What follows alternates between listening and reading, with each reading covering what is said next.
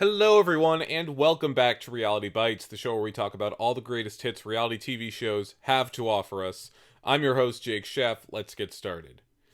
So, it was double the trouble last night on Survivor, double the fun, double the paranoia, double the Tony, double everything. It was a 2 hour episode, and a lot of stuff happened, a lot of stuff to cover. We are just 1 week away from finding out who is going to walk away with the $2 million grand prize. We still don't know all the people who are going to be competing for it because we still have to see who's going to come back from the edge. But from judging from the people we have left, it's going to be a really tough battle. I can't wait to see it, but let's talk about what happened right now. Let's get into this next episode, Survivor, episode 13, the penultimate step of the war. So getting into the first part of the episode, everyone's coming back to camp after eliminating Kim. Obviously, only a couple people were left outside of this vote, those people being Denise and Michelle. And Michelle voted for Jeremy kind of as a way for Jeremy to play the coin. But that didn't really happen because Jeremy's still there and he still has the coin. Even worse, everyone seems to know that the coin exists. So Michelle manages to get the coin back from Jeremy, I'm sorry, Jeremy gives the coin back to Michelle, hoping it to maintain trust between the two of them. Plus, he also admits that he doesn't really find it useful, him stating in confessional, I don't want my entire life in this game to come down to a coin flip. If she wants to use it, go ahead, but it's not something I'm interested in. So Michelle gets the coin back, hoping to use it at the next elimination because it is the final night she can use it. Then we go to the next morning. Denise, she's a little concerned about her place in the game. She's also concerned about the show she put on at Tribal Council the night before. With her just flat out saying that she's done. With her merely saying she was done that night and just done with all the conversations and done with all the scrambling. And she just wanted to play the game normally. So she's trying to calm herself down, hoping that she can sneak her way back into alliances, and she also painted a nice pretty sign that says endure and let go, whoosh, hoping for it to be her way to maintain sanity as like a nice motto to live by. We'll have to see if it'll continue to work out for her in next week. Another topic of conversation was Tony trying to maintain his relationships with people like Jeremy and Sarah. And he mentions how his alliance with Sarah is probably the tightest it's ever been. He knows he's going to keep his word, unlike the last time the alliance tried to work out in Cagayan, and that he's confident that Sarah will stay by his side. But that he does mention his concerns with Ben and Jeremy. How he's tight with them, and he wants to go to the Final Four with the two of them and Sarah, but the only problem is Ben and Jeremy do not really like each other at this point in the game. They want each other gone, and they're really trying to see who will make the first move. So Tony explains that he's not really concerned about Jeremy, and that he's more concerned about Ben, given Ben's stubbornness. So Sarah tries a different tactic. She walks over to Ben and tries to plant the idea into his head of targeting Nick. But she does so in a way that she has Ben think that it's his idea that they're targeting Nick. Almost like some weird Jedi mind trick. And it works. This does get Ben's mind off of Jeremy, and he ends up going to Tony. He's like, hey, what do you think about targeting Nick? Given how Nick has been very shifty, how he's playing both sides, and how he doesn't really have allegiances with really anyone. At least not as much as anybody else has. They explain how he's playing two sides of the fence and he's not doing a very good job at it. So Tony says absolutely that they will target Nick at the next tribal council. Well, unfortunately, that doesn't really work out because right after that conversation, we head straight into the first of two immunity challenges. And who should win immunity but Nick? And it was a totally out of nowhere victory. I wasn't even paying attention to him during the challenge. It's just all of a sudden I hear him yell, Jeff, I'm good. And I'm like, oh crap, that screws everything up for everyone. So Nick wins immunity. Everyone goes back to camp and they don't know what to do. Because Nick was the main option. He was the plan everyone was settled on, but now they are scrambling to think of another idea. So, with Nick safe, Sarah started talking to everyone in the Alliance, thinking maybe it's a good idea if we target Denise, given how she could be a very big jury threat.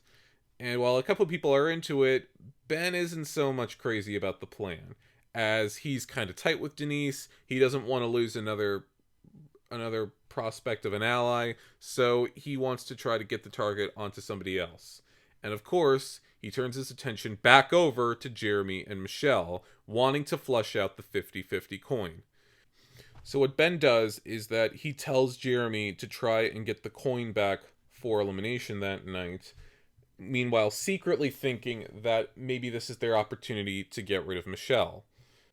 Jeremy relays this information back to Michelle, and Michelle realizes that Ben is trying to plan something shifty. So they try talking to a few other people, thinking about how it could be a good opportunity to get rid of Ben that night. So now Ben's name is brought up for elimination. But that information then relays back to Tony and Sarah, and now they're trying to come up with a different tactic to get rid of somebody else and save Ben.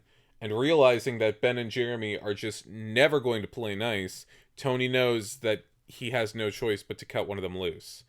So he gathers up Denise, Ben, Sarah, and Nick, and tells them about his plan to split the votes between Jeremy and Michelle. 3 votes Jeremy, 2 for Michelle, 2 for Ben. And how if they split the votes, it doesn't matter who plays the 50-50 coin or whether it lands on safe or not, one of those two will go home. Whether it be by the 3 votes or if they decide, or if it goes to a tie and they have to revote. The only wild card with this plan is Nick, as Nick has been trying to play the game a little more erratically, and how he's wanting to make big moves and trying to plan out what's the best move for his game. And knowing how tight Ben is with Tony and Sarah, he realizes that if he sends him home, that could mean that could screw up Tony and Sarah's chances of winning down the line. But given that he has some sort of allegiance with Tony and Sarah, even though he doesn't have a ton, he's skeptical about whether this plan is a good idea. So everyone walks into tribal council, and there isn't really that much that happens in terms of game discussion there. Everyone seems pretty dead set on what they want to do that night, but they did bring up a very interesting topic of conversation that I wanted to delve into a little bit.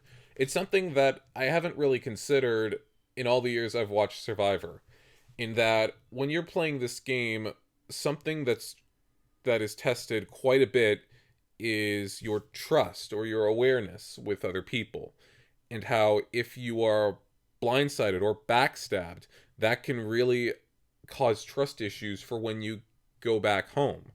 And some of the people there were explaining how they experienced huge trust issues. Michelle explained how she had issues with some of her friends.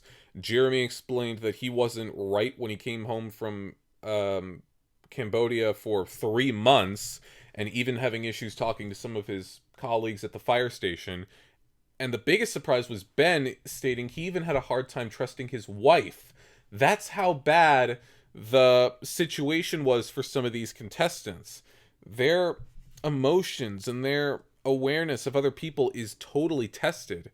And it never occurred to me just how much this could affect you when you come home.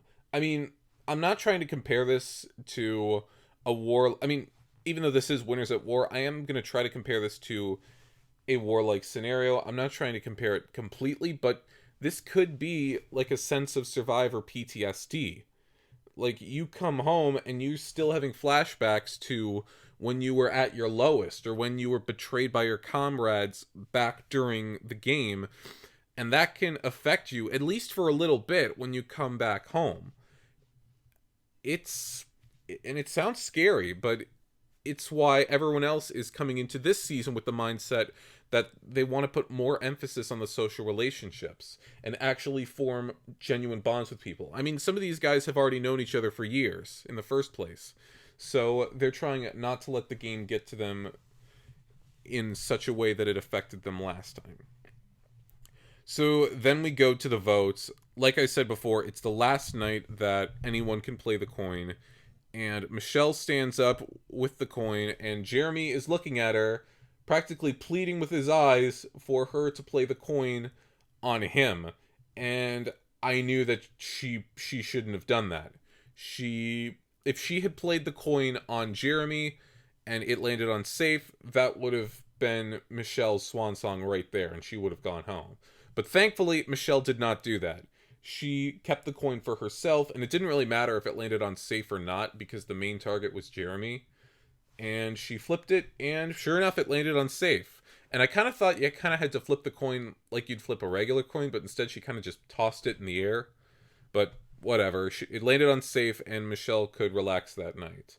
But not for too long, because it was revealed that Nick decided to stick with the original plan and eliminate Jeremy. And of course, Jeremy was not happy with Tony, might not earn him a jury vote if he gets to the end. And Jeremy walks out of Tribal Council, giving his 2 fire tokens to Michelle, who's desperately going to need them. So that was the end of part 1 of the episode. Let's jump right into part 2. People come back, the final 6 come back to camp after eliminating Jeremy, and Tony and Ben reaffirm their bond, planning to go to the final 3 with Sarah.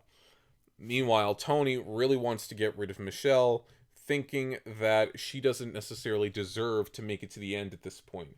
Thinking that if this were a regular season of Survivor, somebody like Michelle, who's usually been a follower this entire game, who's been left out of quite a few of the votes, would be considered a good GOAT to make it to the end.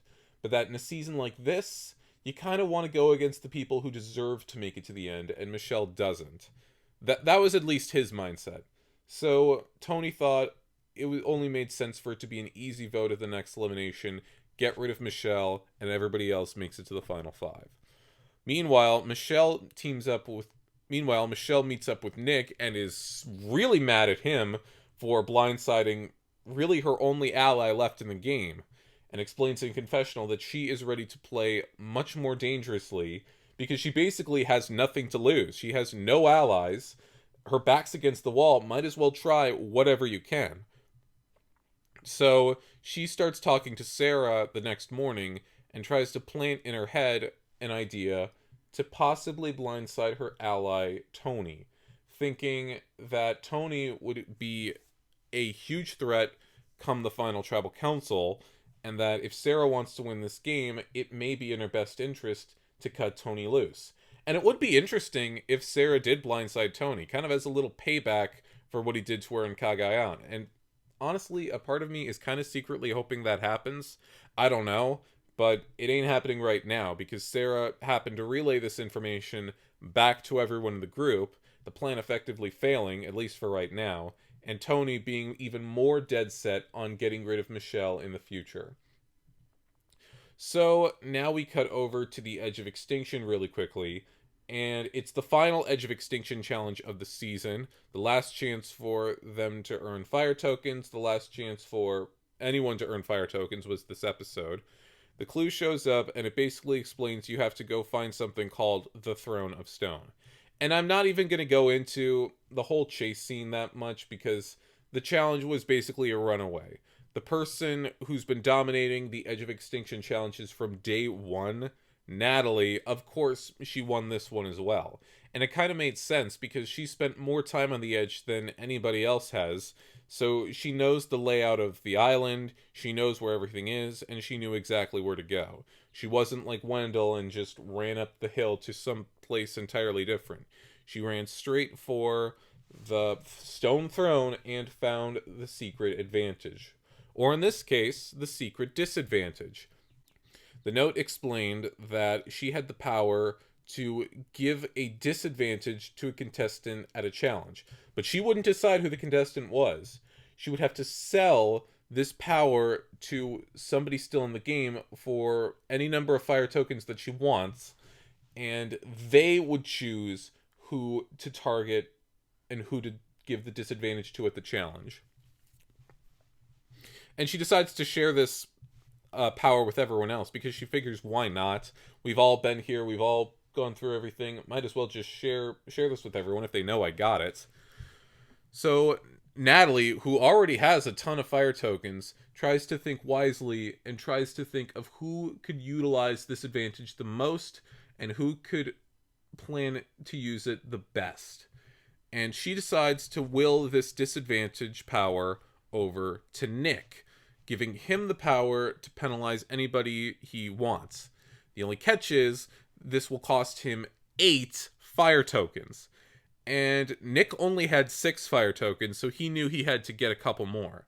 And the only person he thought who could possibly give him fire tokens was Michelle, who had 3. So Nick talks to Michelle, he relays the information, and she agrees to give him the fire tokens for him to be able to buy the disadvantage power. Figuring that even though Nick did backstab her at elimination and that he did send home Jeremy, she basically doesn't really have any other allies other than him. So she figured that she might as well help him out if he helps her out, and it's basically all that she has. So Nick buys the disadvantage, and at the immunity challenge, it's revealed that the disadvantage power was placed against Ben. I thought it was going to be against Tony, but it was placed against Ben, and he would have to do a little more during the challenge, and it would be a bit more difficult for him. But Ben took the disadvantage in stride and said that he would prove everybody wrong. And Nick explained in confessional that the reason he gave the disadvantage to Ben was because he was hoping that this would be the last straw for Ben, he would get really pissed off, and that maybe he could use it as some sort of a bargaining chip for people to get rid of Ben that night instead of him or Michelle. So the challenge goes underway, and it's a really close challenge. A lot of people were right there towards the end. I thought maybe Tony was going to get it. Maybe Ben was going to get it. He was doing really well, even with his disadvantage. But the person who needed that immunity more than anyone else ended up winning it. Michelle knocked down those dominoes and won the immunity challenge and guaranteed herself a spot in the final 5, or final 6, I guess you should say. And she didn't have to worry about elimination at all. And this was a very big moment for Michelle, because at the previous challenge, she finished in dead last. She didn't even really get started with the challenge. It just wasn't her day, and she was pretty down on herself, beating herself up for her loss. So to see her go from that huge low to that incredible high was really amazing, and I loved seeing that. So once again, everybody goes back to camp, and they're thinking, well, now what? It's basically exactly what happened with the first vote. The person that they did not want to win immunity won immunity, and now everyone has to think of a brand new plan.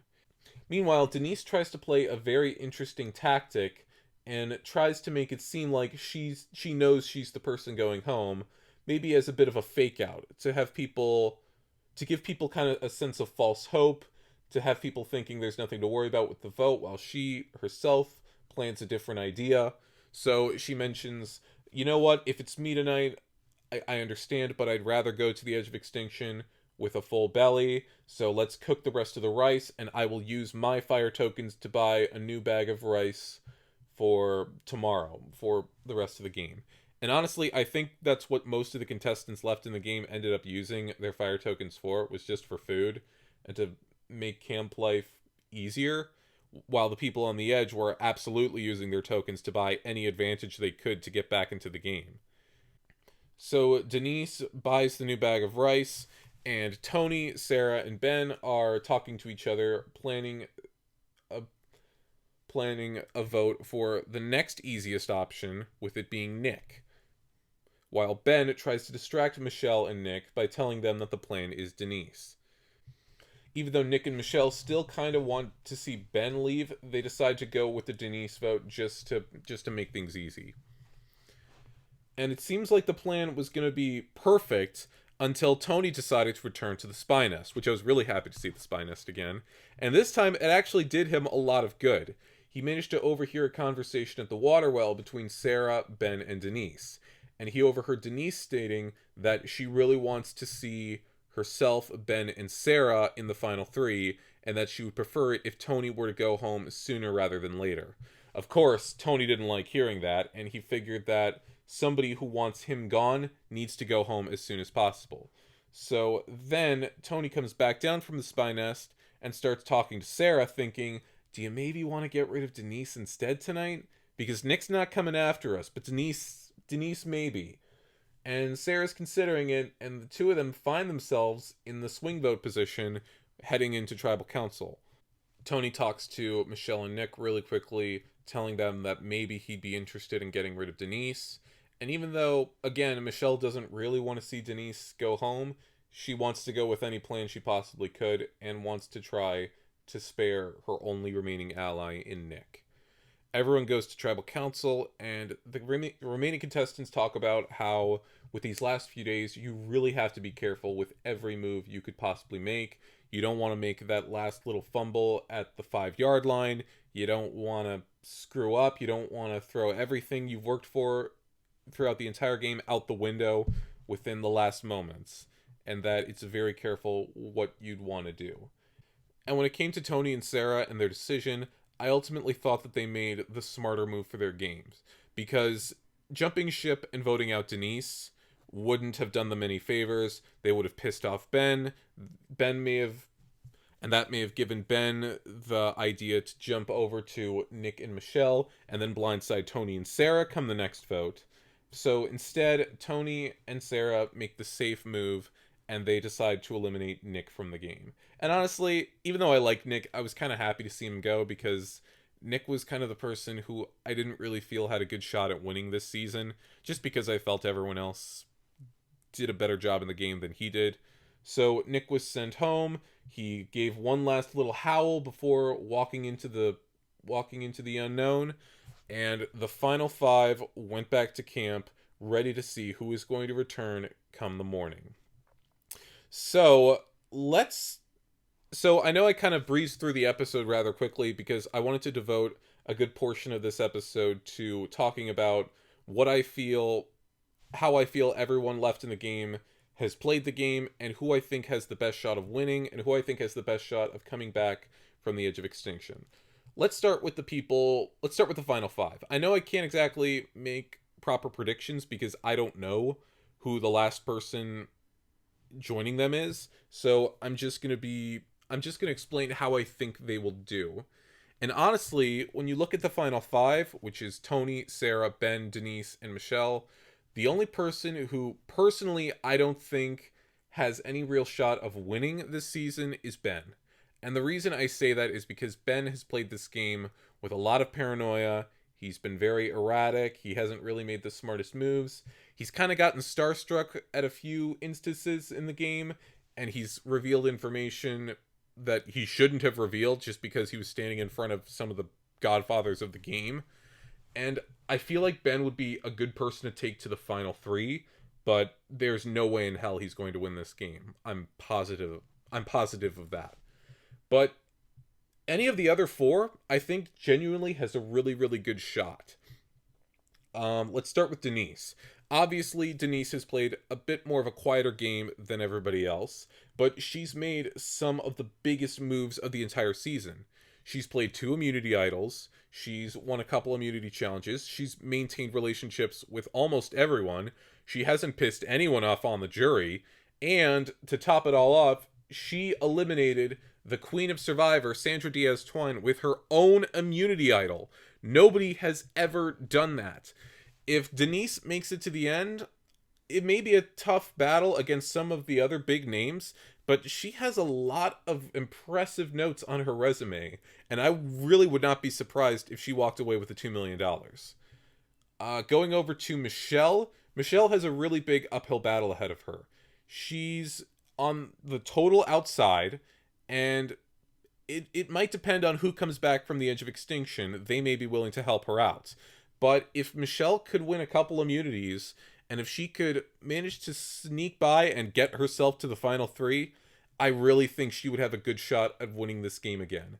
Because she had to overcome a lot this season. She played a lot more aggressively. She made big moves. And I feel like this time, and not saying she didn't deserve her win last time, but I feel like universally people would agree that she deserved her win a bit more this time than she did last time. She wanted to prove that she deserved her win from Ko Wrong, and even if she doesn't make it to the end this season, she absolutely did. And she exceeded any expectations I ever had for her, and I was very impressed. Tony, I think this goes without saying that Tony has an incredible shot at winning this game. And I'm shocked to be saying that because I really thought Tony was going to be a bigger target by now. But here's the surprising thing. Tony has not even received a single vote cast against him this entire season. And it's amazing that no one is even really going after him at this point. I mean, maybe they are, but they're not really writing his name down. Plus, he has an immunity idol, which could guarantee him a free ride into another round of the competition. The only problem Tony may have is him pissing off certain members of the jury, like Jeremy. If Jeremy's on the jury, I don't think he's going to vote for Tony. But Tony definitely played a very hard game, very reminiscent of his first time playing this game in Cagayan, and I would be really excited to see Tony win this game again, especially after early in the season I didn't think that was at all possible. And then we jump over to Sarah, and Sarah's a very interesting case, because not only has she played aggressively, not only has she made big moves, but like Denise, she hasn't really pissed off a lot of people. She has a lot of friends over on the edge of extinction, and not to mention that if people are mad at Tony at the final tribal council and Sarah's sitting next to him, that could be Sarah's opportunity to clench a lot of the jury votes and help her win another $2 million. So, honestly, if I had to pick one of the 5 remaining contestants to win this game, I'd put my money on Sarah. I really would. I think not a lot of people are paying too much attention to her, and that if she plays her cards right, and maybe even possibly gets the courage to blindside Tony, then I think Sarah's got this game totally locked. Not only that, I'll even go out and say that if Tony does not make the final tribal council, but if Sarah does, Sarah's winning this game. No question in my mind. But it's possible that none of the 5 of them will win the game. And it could be somebody who remains on the edge of extinction. And at the end of the episode, we kind of saw everyone bid their farewell to the edge of extinction and use whatever fire tokens they had left to purchase advantages or whatnot. We saw Wendell, Yule, and Parvati each buy an advantage. I'm sure Tyson and Sophie bought advantages as well. But Natalie, Miss Natalie, who had 14 fire tokens, ended up buying 3 advantages, which I didn't even know was possible, bought a jar of peanut butter, and even bought an immunity idol that she gave to Tyson, because she already had an idol that she bought before the first Battle Back competition. And Tyson even told Natalie that if she wins the challenge and he doesn't, he's giving his idol to her. Oh, and Rob also still has an immunity idol that he bought prior. So that's just another little tidbit. And when it comes to the Battle Back and who's going to be joining the game, I have a lot of thoughts on who I think it should be. I mean, personally, I feel like it should be somebody who was eliminated after the merge started at this point. I would prefer not to see someone who had missed the majority of the game, only because I don't really want a repeat of what happened last time with Chris Underwood, even though I do like Chris and I do think he deserves his win given his circumstances. I would prefer a different outcome. I don't think that would be a very fantastic ending to an amazing season like this. So when it comes to Natalie, because I feel like she has the best shot at coming back into the game at this point with buying 3 advantages, it's a very mixed bag of emotions, because on the one hand, there's a part of me that wouldn't really appreciate her coming back into the game. She played the game for 2 days, missed 30-something days, and would be coming back with 5 days left. She'd be playing a week of Survivor. And if Tyson does give her the immunity idol, that basically gives her 2 free rides straight to the Final Four, and then all that stands between her and the Final Tribal Council is the fire-making challenge. So, I don't know. I mean, but on the other hand, there's a big difference between the Edge of Extinction this season than last time. And that is that there was still a very powerful game being played on the Edge, and it was with those fire token challenges. Natalie won probably over 50% of the challenges on the Edge. She worked a big part of this game really, really well. She negotiated, she found advantages, she impacted this game so much that maybe I wouldn't be too upset if Natalie came back. She, I don't know how she'd do. I don't know if she'd really stand that much of a chance, but I do think that I wouldn't have as much of a problem with somebody sent home early this season coming back than I did last time. So, I don't know. If Natalie comes back, it'd be interesting, to say the least. I don't know if I want it to happen, but I also don't know if I don't want it to happen. It's weird. But Natalie has a really good chance. Amber, Danny, and Ethan, I know none of them are coming back into the game because none of them have advantages. None of them are really that strong compared to anyone else. I don't expect them to be coming back. Rob and Parvati. Rob doesn't have an advantage, but he's strong in challenges. And Parvati does have an advantage, and she did really well in the last challenge. I'd love to see either of them come back. That would really shake up the game. That would really throw everyone for a loop.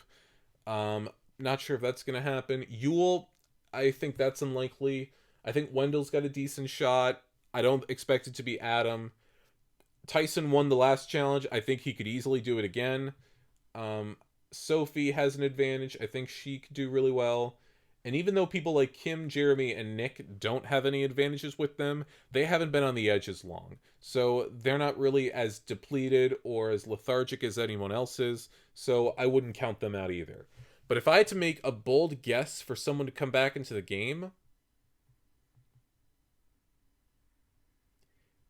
you know what? I don't know why, I'm going to say Sophie. I don't know what it is, but I just feel like there's a little more to be seen from Sophie this season. I feel like if she comes back into the game with her immunity idol, that's definitely going to really work in her favor. I think she would be a good person to return. She could reconnect with Sarah. Maybe they could overturn Tony. And if Sophie made it to the end, I could really see her winning this game again. I don't know. That's a very bold guess. I really don't know who's going to return, but I'm excited to see how everything is going to play out next week. So that's going to do it for this episode of Reality Bites. Next week is the much anticipated finale of Survivor Winners at War. I am so excited to see how all of this is going to end, as I'm sure you guys are as well. I will talk to you guys then, but in the meantime, this has been Reality Bites, and I have been Jake Sheff, and I'm signing out. See you next time.